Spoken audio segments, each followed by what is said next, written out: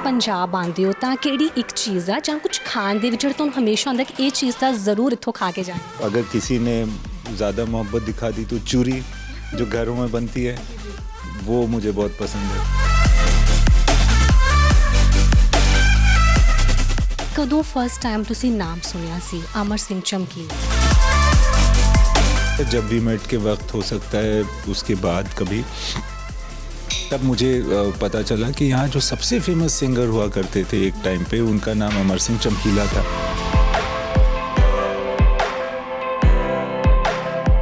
उनकी ज़िंदगी किस तरह की थी, बहुत ही इंटरेस्टिंग, बहुत डायनामिक और बहुत शॉर्ट पीरियड का करियर था। फिर भी उन्होंने जिस तरह के गाने बनाए, इदां दी किसी स्टोरी नूं बनाना है जो हुण एक सच्ची घटना ते उत्थे रिसर्च वर्क बहुत हुंदा है। सो वो टाइम किन्ना सी, तो किवें निकलिया? चमकीला जब गा रहा होता था तो उसके आसपास के लोग अब भी मौजूद हैं। इन फ्यूचर भी कुछ सोचोगे किसी होर पंजाबी एक्टर सिंगर ते इत्थों दे किसी आर्टिस्ट ते तुसीं फिल्म बनाना चाहो? महाराजा रंजीत सिंह ही हैं जिन्होंने बहुत कुछ किया और नेशनल प्राइड के एक बहुत बड़े वो आई थिंक एग्जाम्पल हैं।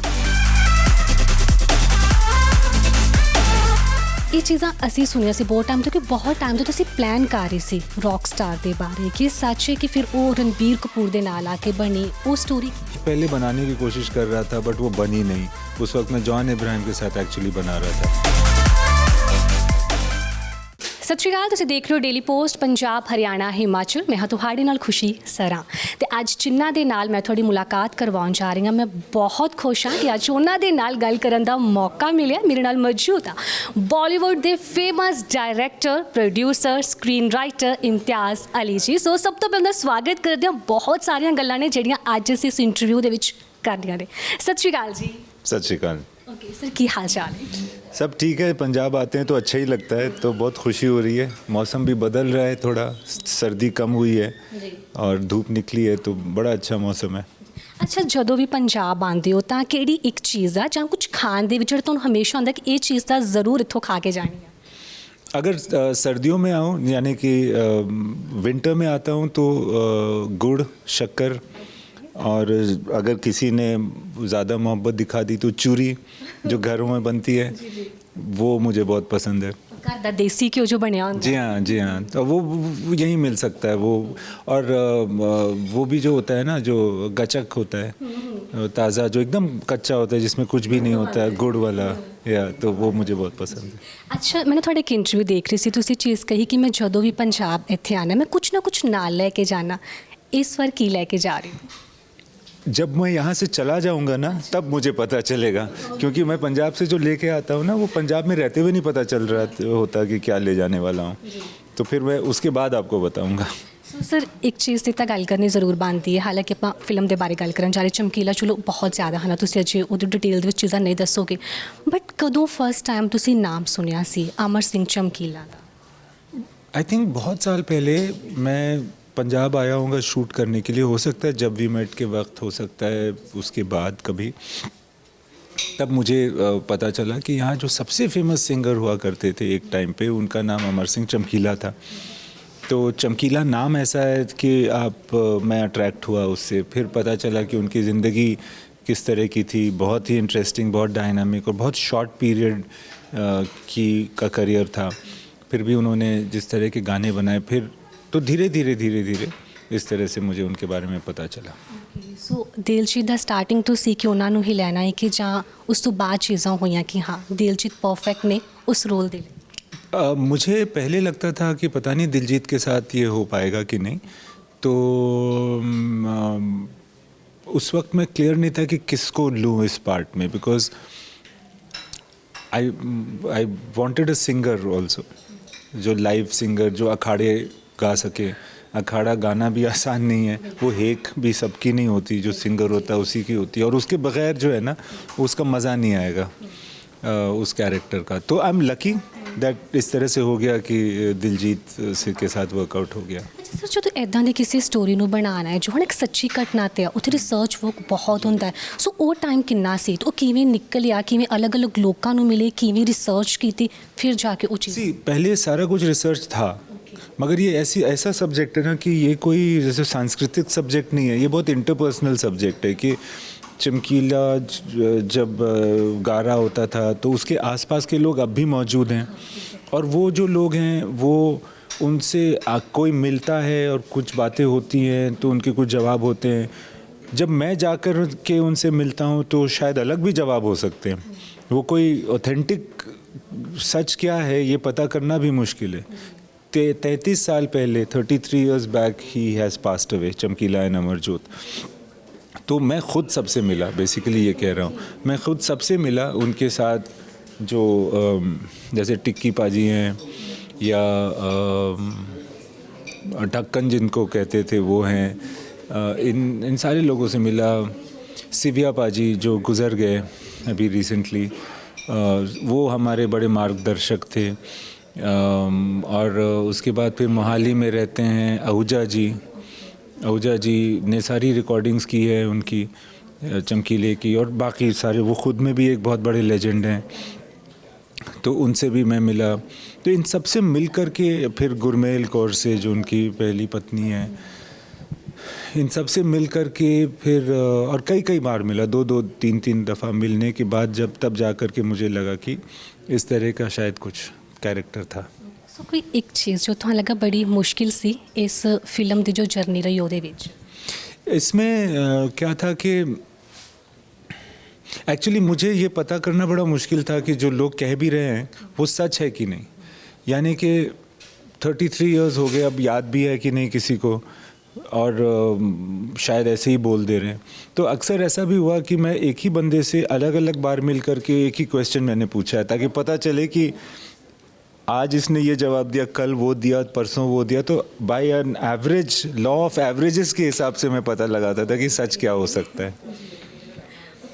ਸਰ ਗੁਰਮੀਤ ਬਾਬਾ ਜੀ ਦੀ ਗੱਲ ਕਰੀਏ ਹੈ ਨਾ, ਤੁਸੀਂ ਉਹਨਾਂ ਦੀ ਫੈਮਿਲੀ ਦੇ ਨਾਲ ਵੀ ਬਹੁਤ ਕਲੋਜ਼, ਤੁਹਾਡਾ ਜਿਹੜਾ ਰਿਸ਼ਤਾ ਉਹਨਾਂ ਦੇ ਬਾਰੇ ਕੁਝ ਦੱਸੋ, ਕਿਵੇਂ ਤੁਸੀਂ ਮਿਲਦੇ ਹੋ? गुरमीत बाबा जी का मैं बहुत शुक्रगुज़ार हूँ। उन्होंने मुझे द कॉन्सेप्ट ऑफ जुगनी से इंट्रोड्यूस किया। मुझे लगता है कि एक एनर्जी है जुगनी की जो मैंने उनकी आवाज़ में पहली बार एक्सपीरियंस किया।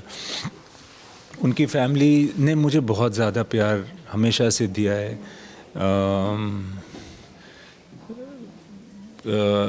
लाची गुज़र गई गुरमीत जी के साथ, ये दोनों अब नहीं है इस दुनिया में, मगर इन्होंने बहुत दोनों ने प्यार दिया।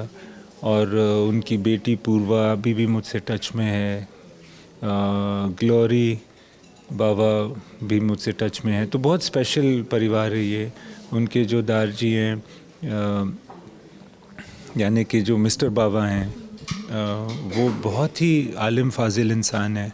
एंड मेरा बहुत ज़्यादा रिगार्ड और बहुत ज़्यादा मोहब्बत है इन लोगों के लिए। और मैं बहुत खुश हूँ कि उनको भारतीय सरकार ने अभी बहुत बड़े ओहदे से नवाजा है, पद्म भूषण देकर के। जी, ਕੋਈ ਇੱਕ ਮੈਮਰੀ ਜਦੋਂ ਉਹਦੀ ਫੈਮਿਲੀ ਦਾ ਨਾਮ ਆਏਗਾ ਜੋ ਤੁਹਾਡੇ ਜ਼ਿਹਨ 'ਚ ਆ ਜਾਂਦੀ ਹੈ, ਬੜੀ ਸਪੈਸ਼ਲ ਹੋਵੇ ਤੁਹਾਡੇ? कोई इंसिडेंट, मैं उनके घर गया था और वहाँ पे उन्होंने जुगनी गा करके मुझे बताया था, और सारा परिवार साथ में था। सारे परिवार ने साथ में वो गा करके मुझे बताया था। तो वो हम लोगों ने फिर उसका वीडियो भी लिया था। मैं था, मेरा भाई था साजिद, हम लैला मजनू की शूट के वक्त यहाँ पे आए थे। तो वो मेरे लिए बहुत स्पेशल इंसिडेंट था, बिकॉज उसके बाद फिर मैं पूरे परिवार से साथ में कभी नहीं मिल पाया। ਸੋ ਸਰ, ਜਿਵੇਂ ਅਸੀਂ ਨਾ ਪਹਿਲਾਂ ਗੱਲ ਕੀਤੀ ਕਿ ਅਮਰ ਸਿੰਘ ਚਮਕੀਲਾ 'ਤੇ ਫਿਲਮ ਬਣਾਈ, ਕੁਛ ਇਨ ਫਿਊਚਰ ਵੀ ਕੁਛ ਸੋਚੋਗੇ ਕਿਸੇ ਹੋਰ ਪੰਜਾਬੀ ਐਕਟਰ, ਸਿੰਗਰ ਤੇ ਇੱਥੋਂ ਦੇ ਕਿਸੇ ਆਰਟਿਸਟ 'ਤੇ ਤੁਸੀਂ ਫਿਲਮ ਬਣਾਉਣਾ ਚਾਹੋ, ਜਾਂ ਕਿਸੇ ਹੋਰ ਨਾਲ ਕੰਮ ਕਰਨ ਦੀ ਕੋਈ ਇੱਛਾ? यहाँ तो बहुत सारे ऐसे इंटरेस्टिंग कैरेक्टर्स हैं जो पंजाब के इतिहास में रहे हैं। तो यहाँ ऐसा हो सकता है कि उनमें से किसी पर मैं बनाना चाहूँ।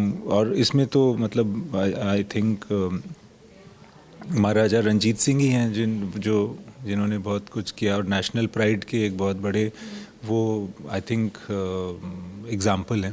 तो बहुत सारे लोग हैं, बट अभी मैंने ऐसा कोई निश्चय नहीं है, कोई डिसीजन नहीं है कि मैं क्या करूँगा। ਸਰ ਜਿੰਨੀਆਂ ਵੀ ਤੁਹਾਡੀ ਮੂਵੀਜ਼ ਆਈਆਂ ਨੇ ਲੋਕਾਂ ਦੇ ਵੱਲੋਂ ਹਰ ਇੱਕ ਨੂੰ ਬਹੁਤ ਪਸੰਦ ਕੀਤਾ ਗਿਆ ਹੈ ਜਿਸ ਵੀ ਫਿਲਮ ਦੀ ਗੱਲ ਕਰੀਏ, ਬਟ ਮੈਂ ਰੌਕਸਟਾਰ ਦੇ ਬਾਰੇ ਜਾਣਨਾ ਚਾਹਾਂਗੀ। ਅੱਜ ਤੁਸੀਂ ਜੈਕਟ ਵੀ ਵੇਅਰ ਕੀਤੀ, ਤੁਸੀਂ ਰੀਸੈਂਟਲੀ ਦੱਸਿਆ ਕਿ ਇਹ ਰੌਕਸਟਾਰ ਦੀ ਅਗਰ ਗੱਲ ਕਰੀਏ ਜੈਕਟ ਵੀ ਤੁਹਾਡੀ ਉਦੋਂ ਦੀ ਹੈ ਨਾ। ਇਹ ਚੀਜ਼ਾਂ ਅਸੀਂ ਸੁਣੀਆਂ ਸੀ ਬਹੁਤ ਟਾਈਮ ਤੋਂ, ਕਿ ਬਹੁਤ ਟਾਈਮ ਤੋਂ ਤੁਸੀਂ ਪਲਾਨ ਕਰ ਰਹੇ ਸੀ ਰੌਕਸਟਾਰ ਦੇ ਬਾਰੇ, ਕਿ ਸੱਚ है कि फिर वो रणबीर कपूर ਦੇ ਨਾਲ आके बनी वो स्टोरी की? हाँ, मैं बहुत पहले बनाने की कोशिश कर रहा था बट वो बनी नहीं। उस वक्त मैं जॉन इब्राहिम के साथ एक्चुअली बना रहा था बट वो उस वक्त फिल्म बनी नहीं। फिर अल्टीमेटली जब मैं रणबीर से मिला तो मैं किसी और फिल्म के लिए मिला था बट उसने फिर बोला कि आपकी वो वाली जो फिल्म है ना, वो वाली कहानी, और उसने वो कहानी मुझे सुनाई जो उसने अपने दोस्तों से सुनी थी कि मैंने किसी को बताया था। सो अल्टीमेटली इस तरह से हुआ। 6-7 साल के बाद वो फिल्म बनी। वो मैंने जब वी मेट के पहले बनाने की कोशिश की थी, वो बनी है लव आजकल के भी बाद। ਸਰ ਜਬ ਵੀ ਮੈਟ ਦੀ ਤੁਸੀਂ ਗੱਲ ਕੀਤੀ ਹੈ ਨਾ, ਫਿਲਮ ਇਹ ਉਹ ਫਿਲਮ ਹੈ ਜਦੋਂ ਵੀ ਕਰੀਨਾ ਕਪੂਰ ਕਦੀ ਗੱਲ ਕਰਦੇ ਉਹਨਾਂ ਵੱਲ ਹਮੇਸ਼ਾ ਇਹ ਚੀਜ਼ ਆਉਂਦੀ ਹੈ ਕਿ ਉਸ ਟਾਈਮ ਤੇ ਕੋਈ ਵੀ ਫਿਲਮ ਨਹੀਂ ਸੀ ਉਹਨਾਂ ਦੇ ਕੋਲ, ਤੇ ਇਹੀ ਫਿਲਮ ਸੀ ਜਿਨ੍ਹਾਂ ਦੇ ਵਿੱਚ ਉਹਨਾਂ ਨੇ ਕੰਮ ਕੀਤਾ, ਬਟ ਇਹ ਫਿਲਮ ਇੰਨੀ ਅੱਛੀ ਚੱਲੀ ਕਿ ਉਹਨਾਂ ਦੇ ਕੋਲ ਅੱਗੇ ਇੰਡਸਟਰੀ ਵਿੱਚ ਬਹੁਤ ਸਾਰੀਆਂ ਫਿਲਮਾਂ ਆਈਆਂ। ਕਿਵੇਂ ਸਰ ਉਦੋਂ ਪਲੈਨਿੰਗ ਹੋਈ ਕਿ ਸ਼ਾਹਿਦ ਤੇ ਕਰੀਨਾ ਨੂੰ ਉਸ ਫਿਲਮ ਦੇ ਵਿੱਚ ਲੈਣਾ, ਕਿਉਂਕਿ ਇਹੀ ਮੈਨੂੰ ਲੱਗਦਾ ਫਿਲਮ से दोनों ਦੀ बहुत ज़्यादा हिट हुई? एक्चुअली मैं शाहिद से पहले मिला और फिर वही हुआ कि शाहिद ने बोला कि ये कहानी है, आप मैं करना चाहूँगा मगर हीरोइन किसको, who is the central character that you looking for? तो करीना मैंने कहा। तो फिर उसने एक्चुअली मीटिंग ऑर्गेनाइज़ करी थी। फिर करीना और शाहिद को एक्चुअली मैंने साथ में बैठ करके कहानी सुनाई थी। एंड उस वक्त वो एक दूसरी फिल्म कर रही थी करीना, तो उनको जाना था वो फिल्म करने के लिए। उसके पहले कुछ वक्त थोड़ा सा बचा था, उसी में मुझे ये फिल्म को ख़त्म करना था। तो मेरे पास एक्चुअली प्रिपरेशन का ज़्यादा टाइम नहीं था। 21 दिन के अंदर 22 दिन के अंदर मुझे शूटिंग शुरू करनी थी, तो इस तरह से हुआ था। ਸਰ ਜਬ ਵੀ ਮੈਟ ਫਿਲਮ ਦੀ ਗੱਲ ਕਰੀਏ, ਰੌਕਸਟਾਰ ਦੀ ਗੱਲ ਕਰੀਏ, ਅਸੀਂ ਇੱਕ ਵਾਰ ਨਹੀਂ ਦੋ ਵਾਰ ਨਹੀਂ ਬਹੁਤ ਵਾਰ ਹਰ ਇੱਕ ਨੇ ਦੇਖੀ ਹੋਏਗੀ, ਹਰ ਕਹਿੰਦਾ ਫਿਲਮ ਬਹੁਤ ਵਧੀਆ, ਬਟ ਸਟਿਲ ਤੁਸੀਂ ਇਹ ਚੀਜ਼ ਕਹੀ ਇੱਕ ਵਾਰ ਕਿ ਇਹਨਾਂ ਫਿਲਮਾਂ ਨੂੰ ਜਿੱਥੇ ਕੁਝ ਲੋਕਾਂ ਨੇ ਪਸੰਦ ਕੀਤਾ ਉੱਥੇ ਕੁਝ ਨੇ ਕਿਹਾ ਨਹੀਂ ਇੰਨੀ ਵਧੀਆ ਨਹੀਂ ਆ। ਫਿਰ ਉਹ ਚੀਜ਼ ਕਿਵੇਂ ਲੱਗਦੀ ਇੰਨਾ ਹਾਰਡ ਵਰਕ ਕਰਨ ਤੋਂ ਬਾਅਦ, ਜਿੱਥੇ ਲੋਕ ਇੰਨੀ ਤਾਰੀਫ ਕਰ ਰਹੇ ਨੇ, ਬਾਰ-ਬਾਰ ਫਿਲਮਾਂ ਦਾ ਜ਼ਿਕਰ ਕਰ ਰਹੇ, ਫਿਰ ਕੁਝ ਕੁ ਚੀਜ਼ਾਂ ਉਹ ਆ ਜਾਂਦੀਆਂ ਤੁਹਾਡੇ ਕੋਲ ਕਿ ਨਹੀਂ? एक्चुअली जब भी मेट को लोगों ने पसंद ही किया ज़्यादा, उसको ज़्यादा क्रिटिसाइज़ नहीं किया, बट रॉकस्टार को काफ़ी लोगों ने क्रिटिसाइज़ किया था। तो कोई आपके काम को क्रिटिसाइज़ करता है तो आपको अच्छा तो नहीं लगता है, बट फिर आप उसको एक्सेप्ट करना पड़ता है और क्या। एंड फिर मगर उसका ये भी मतलब है कि लोगों को अफेक्ट कर रही है film. I think criticism is also a praise in some way, where when somebody really criticizes a film, maybe there is some praise in it. जैसे कि आजकल एक वो एनिमल को इस तरह से लोगों ने क्रिटिसाइज़ किया तो लगा कि शायद कोई अच्छी बात होगी इसके अंदर कि इतना क्रिटिसाइज़ किया जा रहा है। ਓਕੇ ਸਰ, ਕਿਵੇਂ ਦੇਖ ਰਹੇ ਹੋ ਹੁਣ ਬਾਲੀਵੁੱਡ ਇੰਡਸਟਰੀ ਦੇ ਵਿੱਚ ਕੁਝ ਸਮਾਂ ਵਿੱਚ ਇੱਦਾਂ ਸੀ ਜਦੋਂ ਫਿਲਮਾਂ ਨਹੀਂ ਸੀ ਚੱਲ ਰਹੀਆਂ, ਬਟ ਹੁਣ ਪਠਾਨ, ਜਵਾਨ ਜੋ ਵੀ ਫਿਲਮਾਂ ਆ ਰਹੀਆਂ ਨੇ ਬਾਕਸ ਆਫਿਸ 'ਤੇ ਬਹੁਤ ਅੱਛੀ ਕਮਾਈ ਕਰ ਰਹੀਆਂ? हाँ, और ये एक्चुअली बॉक्स ऑफिस नहीं, ये ऑडियंस है जो बहुत क्लियर हो गई है कि उसे क्या देखना है, किस रूप में देखना है, किस तरह से देखना है। ये एक ऐसी ऑडियंस है जिसके पास चॉइस बहुत बहुत बहुत ज़्यादा हो गया है। इतना ज़्यादा हो गया है कि जैसे कि टेबल पे इतना खाना रखा है ना कि खाना देख के भूख मर जाती है।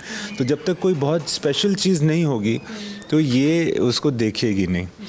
सो I think that's a good thing for film makers कि वो थोड़ा सोचे कि क्या है उनके पास जो स्पेशल है जो वो ऑफ़र कर सकें।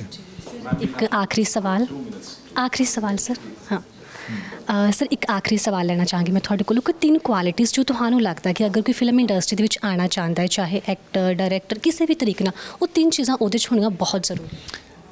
वो ड्रीमर होना चाहिए। दूसरी बात, वो बहुत ज़्यादा मेहनत करने के लिए उसको तैयार होना चाहिए। और तीसरी बात, कहीं पर भी बैठ के खाना खा लेने की उसमें क्षमता होनी चाहिए, क्योंकि फिल्म इंडस्ट्री में आप अमिताभ बच्चन भी बन सकते हैं, मगर कभी कभी आपको ऐसे ना आपके प्लेट को पीछे रख करके शॉट के बीच में खाना पड़ता है, या खड़े होकर के, या किसी बाथरूम के सामने भी बैठ के खाना पड़ जा सकता है। आप शाहरुख खान हैं तभी भी। तो ये तीनों चीज़ याद रखें जो भी आ रहा है एक्टर बनने।